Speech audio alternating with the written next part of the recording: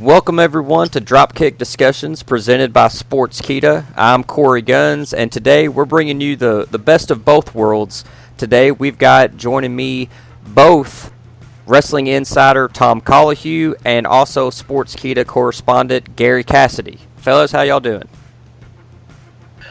Doing good. We've had a great weekend of wrestling that we've been looking forward to for quite a while, so hopefully we've got a lot to talk about. Yeah, doing great as well. Like Tom, I can only echo his comments that it's been a brilliant week for wrestling. A very busy week for wrestling, but that's great for us. Yeah, definitely a lot to talk about, and we'll get right into it. A big Saturday this past weekend for wrestling, and we want to start with an event over in your all's neck of the woods, NXT UK TakeOver, which took place on Saturday. Tom, you were actually in attendance for the event, so experienced it there live, both as a correspondent and as a fan. Tell us a little bit about your experience just being at the event, what your takeaways were from being there live, and just talk about the experience at NXT UK TakeOver. It's always a lot of fun being there live for an event like this, particularly one where you have the crowning of the first Welsh champions in Wales. You have that excitement, you have that exuberance, you have everybody jumping and climbing on chairs, which I don't condone, but it does add a little bit to the atmosphere. There were some elements which weren't that great, which troubles you have with live shows. For example, the last man standing match between Joe Coffey and Dave Mastiff. I didn't see a damn thing. God knows what was happening for most of that. From where I was sat, and the fact that they were on the ground and near the announce table most of the time, I gave up, and a lot of people did as well, especially after the excitement of the match before. So I went to get me a slush. But then you've got the main event. More than 40 minutes, two men absolutely tearing it up.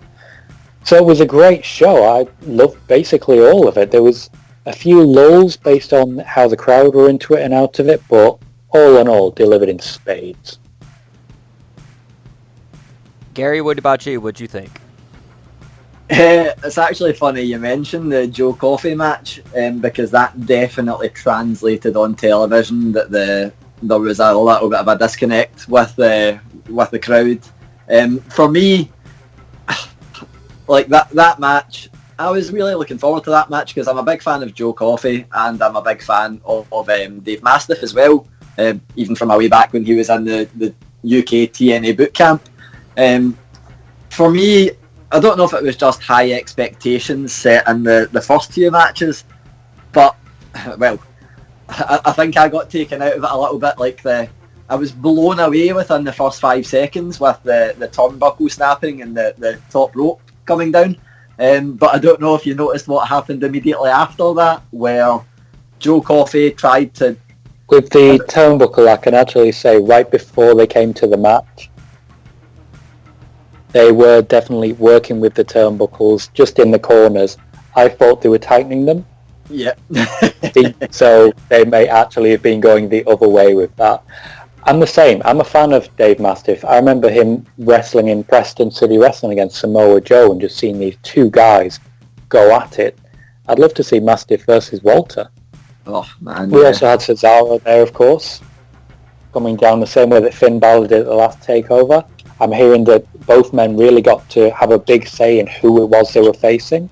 Yeah. So who knows who's in next? I was thinking that with, I think they done it the perfect way because when I saw Ilya Dragunov coming out, I'm going, if he calls out Cesaro, I'm desperate to see this match as soon as I seen it was him. But I was like, would they do that? Because I thought, because it was an open challenge, I was like, oh, Cesaro's probably going to come out first. And they kind of had me going a little bit. And then when the bell rang, I was like, no, this is probably going to be one of, if not the match of the night.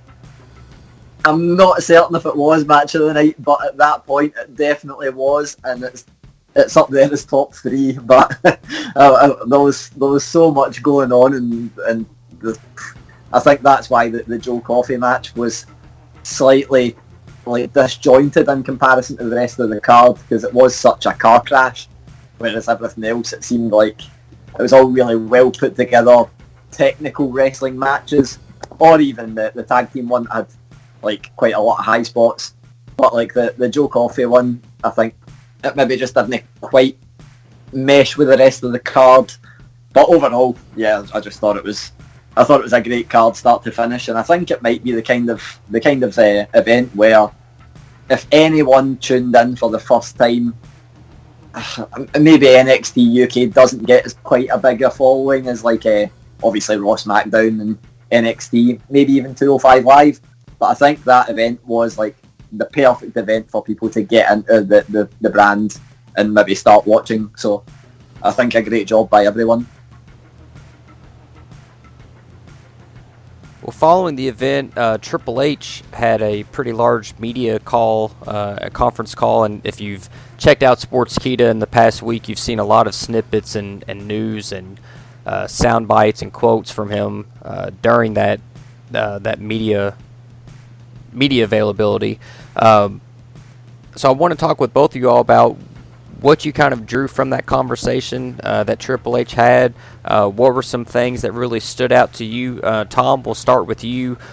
What were some of your big takeaways from the things that Triple H had to say after the event, and not only about NXT UK TakeOver in particular, but also some of the other things he talked about, like NXT as a brand as a whole, and just some things that stuck out to you from some of his comments after the event? Well, I missed out on the Facebook Live event because I was still in the arena and I couldn't get any signal. We did have the media discussion straight after UK TakeOver where Triple H sat down with, there was about 10 of us, I think, in total. A few questions were asked. One of the first ones was, do you want to step in the ring with Walter? He does not. He's not feeling confident about his chance of winning that one, which I think is great. And he also got sort of incidentally asked about AEW, which he was not keen on that question either, to be honest. It was he was very, very respectful when it comes to media. He'll always wait for the whole question. He'll stop. He'll pause for a moment and work out what he wants to say, except when you mention AEW, because then he's going to interrupt and point out that's not what he does. I asked him a question, it's all on Sportskeeda now, about whether or not NXT UK is now their developmental brand. And he went into real depth about the different people who are homegrown and who you might consider developmental, who came through the system, even though he doesn't consider the system itself to be developmental.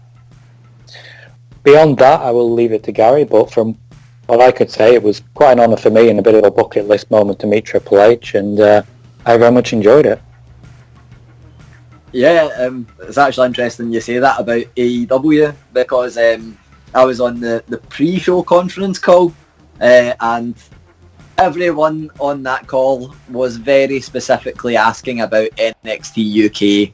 Well, a little bit of NXT thrown in there, but no one dared to go near the All Elite Wrestling question. But what I found most interesting about that call was actually Triple H's closing remarks. And he was very open about speaking about how much competition there was over the weekend, because of course it wasn't just NXT UK and All Elite Wrestling. There was also a New Japan show in the UK as well. But he was pretty much saying he means it in a positive way that there was competition, very respectful. And then he said there was a lot to be offered, but he would not trade anyone at all on the WWE roster, NXT UK and specifically, and he 100% believed that would be the event of the weekend by far. That was before the show.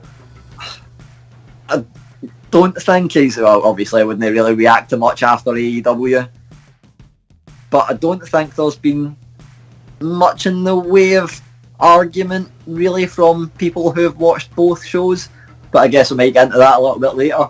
But yeah, I just found it really interesting that his closing remarks didn't directly address All Elite Wrestling, but he did directly address the fact that there was a lot of competition going on, and was very, very respectful, but also very staunchly NXT in his remarks.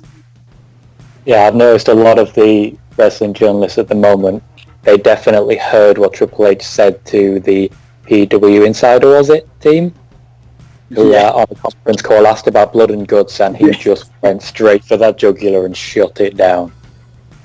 Yeah, that I was very very aware of that in other previous calls where he doesn't lose his lose the rag much on these calls, but when he does, man, I would not want to be on the poor end of that one. Yeah, so I was just thinking through the question. I'm guessing you might have been the same. Obviously, both of us have spoken to quite a lot of people, but Triple H is the kind of guy that nothing can truly prepare you for talking to him, even if it's just to ask one question. Maybe that makes it more pressure filled, but yeah, we both obviously saw, and I don't know, Korey, if you saw it, the interview from Alex McCarthy, and that one I'm like, man, 30 minutes with Triple H, I think I'd be terrified of getting on his bad side. Anything about blood, anything about AEW, man, it's an intimidating guy.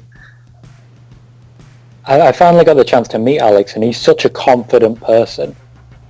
You would never worry, having met him, you just never worry about these things, because I'm yet to meet anyone who doesn't immediately like him. Yeah. And I think Triple H is one of those people too now. Yeah, definitely. Well, since you guys brought up competition in that conversation with Triple H, let's talk a little bit about the move that is on the horizon with NXT moving to USA.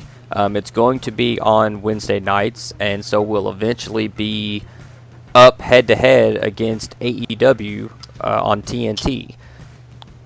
So the question, a couple things I have for you guys I want to get your opinions on. First off, and I think Triple H may have even talked about this in that UK conference call, was the idea of quote-unquote call-ups, that in his mind he didn't think that there was as much emphasis on call-ups, or that they were as big of a deal, because he sees the NXT brand as such a strong brand standing on its own, that the call-ups to Raw or SmackDown maybe didn't mean as much as maybe they did a couple years ago. So I wanted to ask you guys, with NXT being its own show now and being on USA and going live, do you all share that same sentiment that the call-ups, and I would imagine that there's still going to be, quote-unquote call-ups. We're going to talk about the draft or the possibility of a new draft here a little bit later, but I would assume that NXT is not going to have a draft where NXT is going to be able to bring Roman Reigns and make him an NXT exclusive superstar. So I would assume that it's still going to be Raw and SmackDown as the top two brands. And so there's going to be NXT stars that will eventually be on one of those rosters. To me, this can do nothing but help those NXT guys getting the exposure on television, because we've seen that in the past some of those call-ups didn't quite go over as well with the Raw and SmackDown audiences as maybe those superstars' characters did with the niche audience of NXT. So I think in that department, it's definitely going to help the NXT stars once they make it to Raw and SmackDown. But I wanted to get your all's opinions on that, and what do you think of Triple H's comments about the call-ups maybe not meaning as much or being as big of a deal, maybe to him and maybe even to the superstars themselves as maybe they have in years past? Well, if Gary doesn't mind me taking this one, I'll start. NXT, as we know, it's moving to the USA Network. It's just been announced an hour ago that the first hour will be on USA and the second hour will be on the network. With 2 hours to fill, they need to have less call-ups. And we've seen that for a while now. There's been people at that top level who haven't gone over to Raw or SmackDown. Triple H mentioned to me that he doesn't like the term call-up because he thinks it makes it sound a bit less than, whereas he sees NXT as being on this level. So yeah, maybe if there is a draft, we will be looking at Roman Reigns coming over, because he certainly believes that NXT is deserving of having that. We've got a lot of top talent there now. I know that they're thriving on competition. Quite a few people have said to me that a lot of people in that locker room really look forward to going head-to-head. Adam Cole's a name that's been mentioned, for example, as someone who steps up and who leads and who really wants to get the fight going. I think it's one of the best things for it. I'm excited to see it on the network, and I'm excited to see what they can do on USA. Yeah, I had two kind of interesting things that I took away from this week in the build-up to, I think this week was the penultimate episode that's solely on the network for NXT. But, yet again, going back to that Triple H conference call, he hinted that the NXT and NXT UK rosters might become a bit more fluid, and it was very, very, about as subtle as a brick in saying that NXT UK, there's going to be a lot of their talent working on NXT, and pretty much those two brands will be very fluid. But what I'm thinking is, how black and white are they going to be with whatever form of a draft comes up? Will we see people drafted to NXT? Will we see people drafted from NXT? And if, like we've seen in the past, it doesn't quite work out, will we see them stay that way, or will they just move them back? I'm interested. I had a conversation a couple of weeks ago, or maybe just over a week ago now, with Matt Riddle from NXT, and I took the opportunity to ask about how he felt about what we've been talking about, NXT as being a third brand, whether it's on par with Raw and SmackDown, whether he still sees Raw and SmackDown as being a thing that he would want to go to. He was kind of more or less saying that since he's been in NXT, which is exactly a year ago, or just over that now, he always wanted to be on live television, but he kind of hinted that he'd never wanted to leave NXT. The only way he wants to leave NXT is so he can compete with certain superstars that are on the quote-unquote main roster, which I think that term's going to be straight out the window now. I don't think there is a main roster. But it'll be interesting to see how equal they decide to showcase NXT, because does this mean we get NXT matches at WrestleMania? I wouldn't argue against that. I'd be more than happy to see some NXT matches on any pay-per-view that's coming up. But yeah, I think it's the kind of thing that we're just going to need to wait and see just how equal NXT ends up being treated. Because I do think we see a lot more adverts for NXT and a lot more, definitely, promotion for it on Raw and SmackDown, maybe over the past month or so. So yeah, I think we'll probably not know until 2 weeks from now, maybe even a few weeks into the USA Network run, but it'll be really interesting to see how it plays out. There is a lot up in the air at the moment. I think Riddle's a perfect example of someone who would benefit from going across to take on some of those top stars. He already has a fully functional storyline with Brock Lesnar without the two ever being involved, for example. But there is so much that could possibly be going on here. If we're doing that, will they be involved in a draft? There's also the wildcard rule. Now, obviously, I've mentioned previously at the end of July that the wildcard rule would be wrapping up, and we're seeing a lot more coming out about that now to sort of back that up and corroborate it. Will they potentially, just in the couple of weeks they have left, be throwing in the wild card? Triple H has also mentioned in the conference that 205 Live was someone he considered to be under the NXT umbrella. Are we going to see 205 Live stars appearing on NXT? Will they potentially be drafted from 205 away in much the same way they have been? There is a lot up in the air at the moment, and I think we won't know even after a few weeks of it being on TV. And also there's two storylines in WWE just now that kind of transcend brand, and that would be the 24/7 Championship and Bray Wyatt as the Fiend. My thing is, say maybe NXT, I don't think the viewership would wane, but if it did, the possibility of either bringing over a Roman Reigns, as kind of said before, they could definitely do that, or even just implement the 24/7 Championship storyline. Easy to just have a run through on NXT, or have an NXT superstar win it, or they could have someone like The Fiend even show up.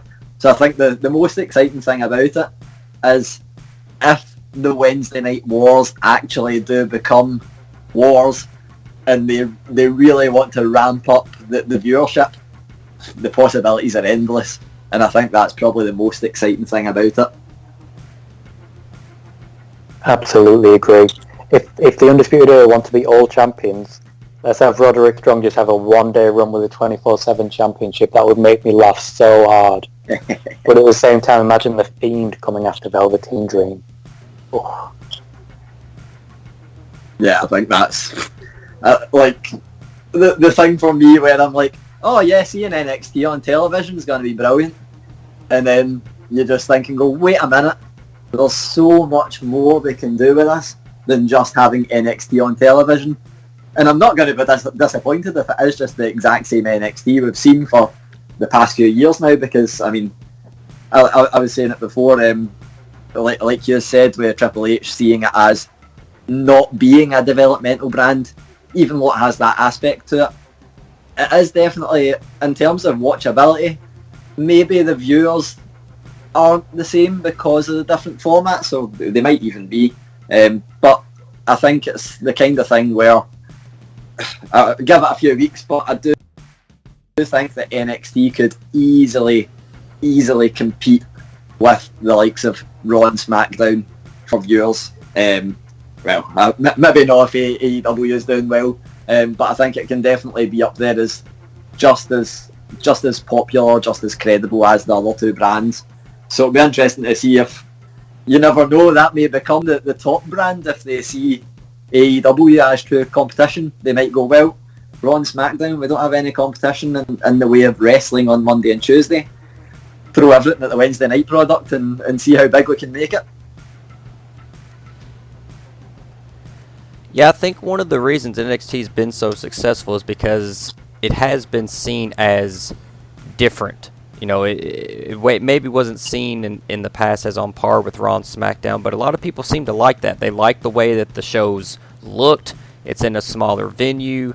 The TakeOver shows pay-per-views were very popular and were much more wrestling-centric. They didn't have a lot of angles. You know, most of the TakeOver shows were 4 or 5 matches, and that's all you got. It was just action from top to bottom. You got to see the wrestling in the ring and got to see a lot of feuds culminate, and a lot of things that older wrestling fans, kind of like myself, I guess, were used to seeing back in the day. You know, that's what pay-per-views were, was you saw the action in the ring, you saw feuds culminate, you saw storylines come to an end. Now that we're seeing it come to USA Live, do you think that there's a fear among fans that maybe we're going to start to see it lose some of that uniqueness, that even if it's to be believed that Triple H is still going to be in control and still be in charge of the brand, that because it is on USA now, there's going to be no way that Vince and some of the other office staff are going to be able to resist the urge to make it look more and more like Raw and SmackDown because it's on USA and they think that's what a wrestling show needs to look like on cable, as opposed to kind of letting NXT be that unique brand and have some discrepancies or some differences between the two main shows. Do you think that that's something that may become a problem, is NXT losing some of its uniqueness? And along with that, do you think that it says something about how the WWE feels about AEW as competition, with the fact that they are pitting its quote-unquote third brand up against it head-to-head and basically taking the attitude that, hey, NXT will be enough to kind of nip this competition in the bud before it even really gets started? Well, I find it really interesting about when people are thinking that there's going to be like huge changes to NXT. One thing made me think that there won't be, but at the same time, I'm not too sure, and that was that the tapings are going to remain, at least for now, at Full Sail. But then I recently found out that that's actually probably more of a contractual decision than it is something that they've made through like 100% pure freedom of choice. But the strange thing when you say that they've pitched NXT up against AEW, which they obviously have, and it's odd that it's the, like you said, quote unquote third brand. I actually think it's the most similar product WWE have to AEW in the way that, I know we're going to speak about it, but obviously there are the major storylines that run through both NXT and AEW, but there are a lot of, I hate to use the term throwaway matches because that makes it seem like I'm disregarding them, but there's a lot of matches that are maybe just there for the sake of being matches. And I think the products are really they're not similar, but they're more similar than Raw in AEW or SmackDown in AEW. So it'll be interesting to see if they are thinking of, we'll go like for like, or if that doesn't work, will they be like really persuaded to go, well, if Raw was competing against AEW, would we have more of a chance? Same with SmackDown. And maybe just go, well, I guess we'll make it more like one of those two. But yeah, I think it's maybe that's the kind of thing where we need to wait and see how the viewership is and who starts to win the Wednesday Night Wars before we see how it changes. But yeah, it's really interesting to see. I think it's so exciting because it's one of the few times over the past decade in wrestling where I've truly had no idea what's going to come next. I'm sure there'll be some element of changes.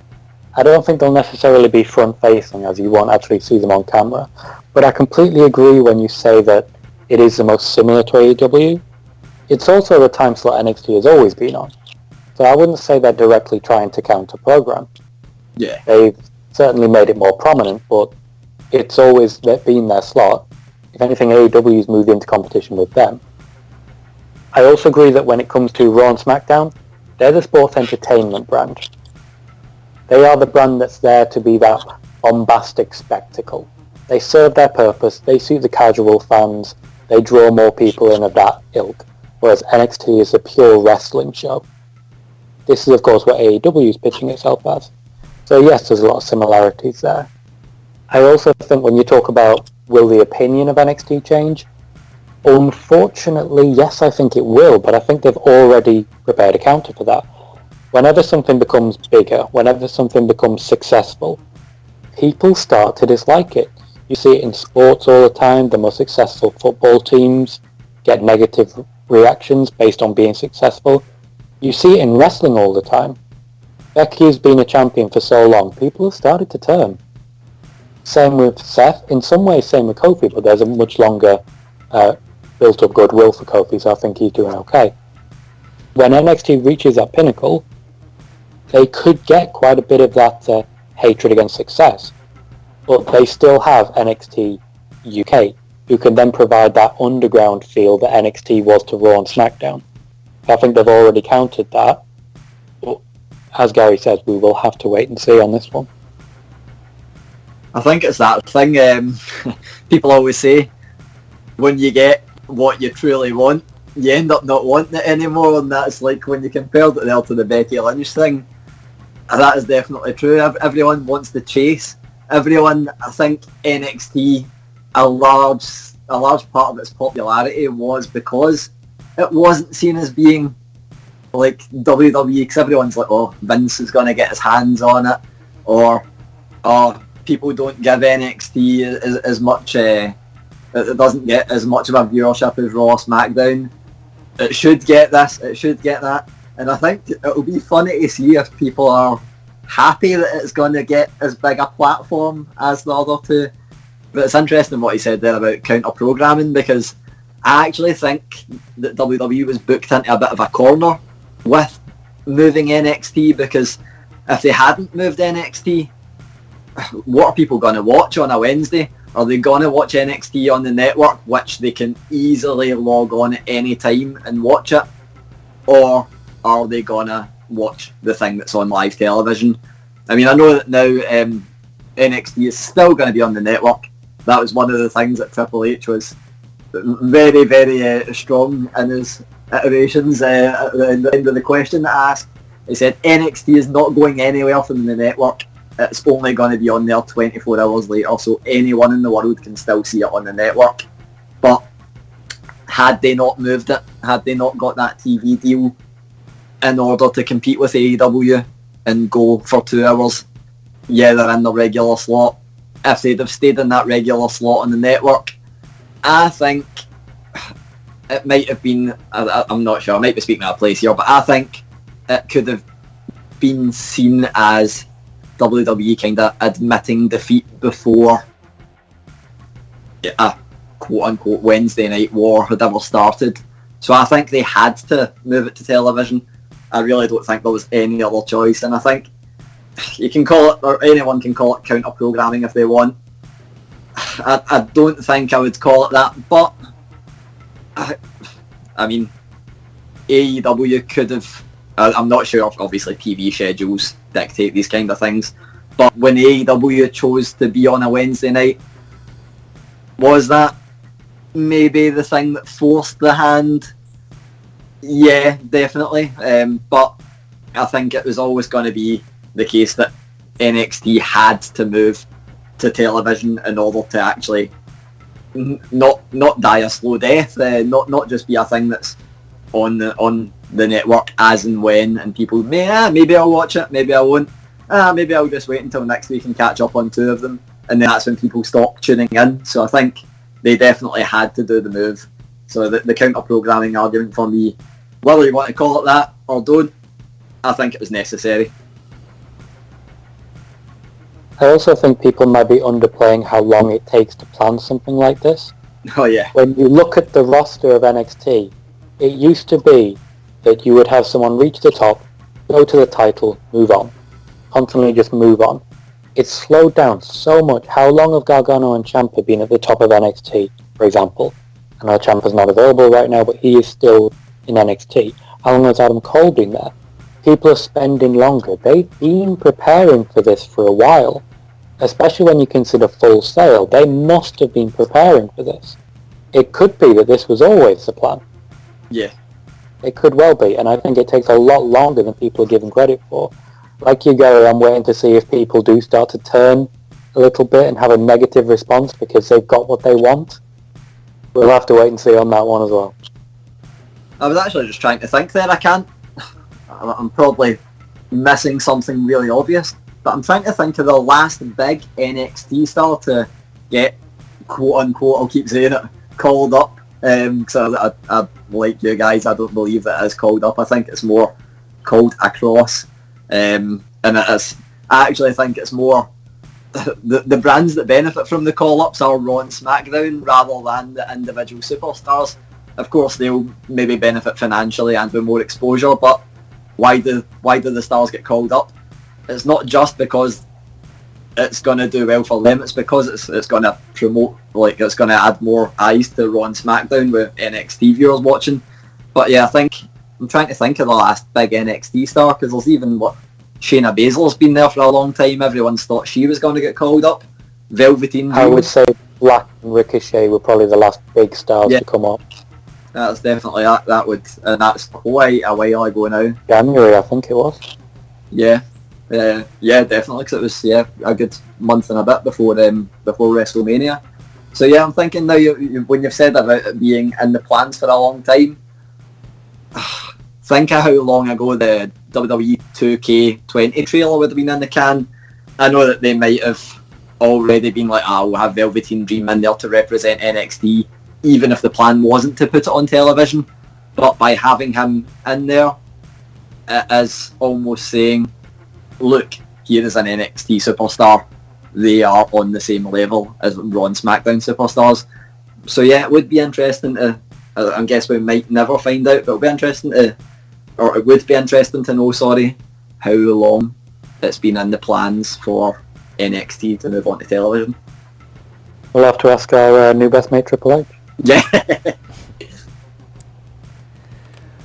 Last thing before we kind of switch gears here, let's talk about, we've alluded to it a little bit already, the potential for another draft coming up. And if you weren't aware, Tom was the first one to report this. He reported months ago, back in the summer, I think it was maybe even back in July, that the wild card rule was probably slowly going to start disappearing, and that then now it's turned into a full-fledged maybe redraft of the rosters for Raw and SmackDown, and hopefully this time a draft that sticks. And that's one thing I was going to ask you about, Tom, was if they do go through with this draft, is it going to be a situation where they're actually going to stick with the brand split? There's going to be specific rosters, no wild card rule, no switching champions and the like, other than maybe at Survivor Series, which I think was the intent of the rule or the idea to begin with, and then things kind of went haywire just a couple weeks, after the brand split. But so talk to us a little bit about your report. Like I said, you've been on top of this since the summer. Tell us a little bit about your reporting about the end of the wild card rule, the draft. How strict are these rosters going to be if the draft goes through? Will NXT be involved? Tell us what you can about what you've been hearing, and like I said, you're reporting on this dating all the way back until late summer. The original question that I was asking people when I got the information about the wildcard wrapping up was about Survivor Series. Because with the wildcard being what it is, I was very curious as to whether Survivor Series this year would be the same as last year, where it was Raw versus SmackDown. And of course this developed because at the same time around WrestleMania I was told that we would see Raw Women's Champion against SmackDown Women's Champion, and it would be Banks versus Bayley. I just wasn't told which one they were. Essentially, because they want Survivor Series to still be that, they need to have ironclad rosters. I was told that by Survivor Series we would see set, firm rosters with no crossover, and the wildcard rule would be quietly wrapped up. We are seeing a lot less carrying over. Roman Reigns isn't on every show anymore, but you still see, for example, the revival with Randy Orton. They follow Randy Orton where he goes. But you still see some of it. It is still going. Now, we're hearing now about an actual draft just to very conclusively make this. But yeah, the last I heard, it was based around Survivor Series and making sure that there is a firm line between the rosters. Heyman and Bischoff do not want any interchange or any interplay. They want Raw wrestlers on Raw. They want SmackDown wrestlers on SmackDown. With that in mind, I don't think NXT will be as fluid as a wild card, but it may well be part of the draft. We have seen a lot of people moving towards NXT recently, even in just Cesaro or Finn Balor appearing on NXT UK. So we'll see fluidity with NXT UK, 205 Live and NXT, but they will be the fluid section, all under the NXT brand. I don't know if we'll see NXT as part of the actual brand split, but if we do, I think it's to the benefit of everyone involved. So you think the draft will occur before Survivor Series, and then with that event being a solid Raw versus SmackDown type of event? Absolutely, that's exactly what I see, and I was told that by Survivor Series everything would be set in stone as to who was on what side. Well, we'll definitely be looking forward to that, and obviously a lot of possibilities. We've thrown out a lot even in our discussions here about what could be between the brands and between NXT, so obviously a lot of possibilities could come from that as well by having a true draft and some actual solid rosters for the two shows, and would probably give, like Tom, like you just said, Eric Bischoff and Paul Heyman, would probably give them a little bit more creative liberty and maybe some freedom, knowing that they have a set number of guys that they can work with and that they only have to develop storylines and angles for those guys and not have to maybe be worrying about any potential crossover and things that might be going on Raw that they have to continue on SmackDown or vice versa. Absolutely. It's very difficult to write something for someone on SmackDown if you don't know if they're going to appear on Raw and do something completely unrelated. You have to give them the benefit of the doubt and give them the reign that you have hired them to do. You have to give them the chance to write the storylines and have full control over them, rather than having someone else jumping in and writing bits as they go along.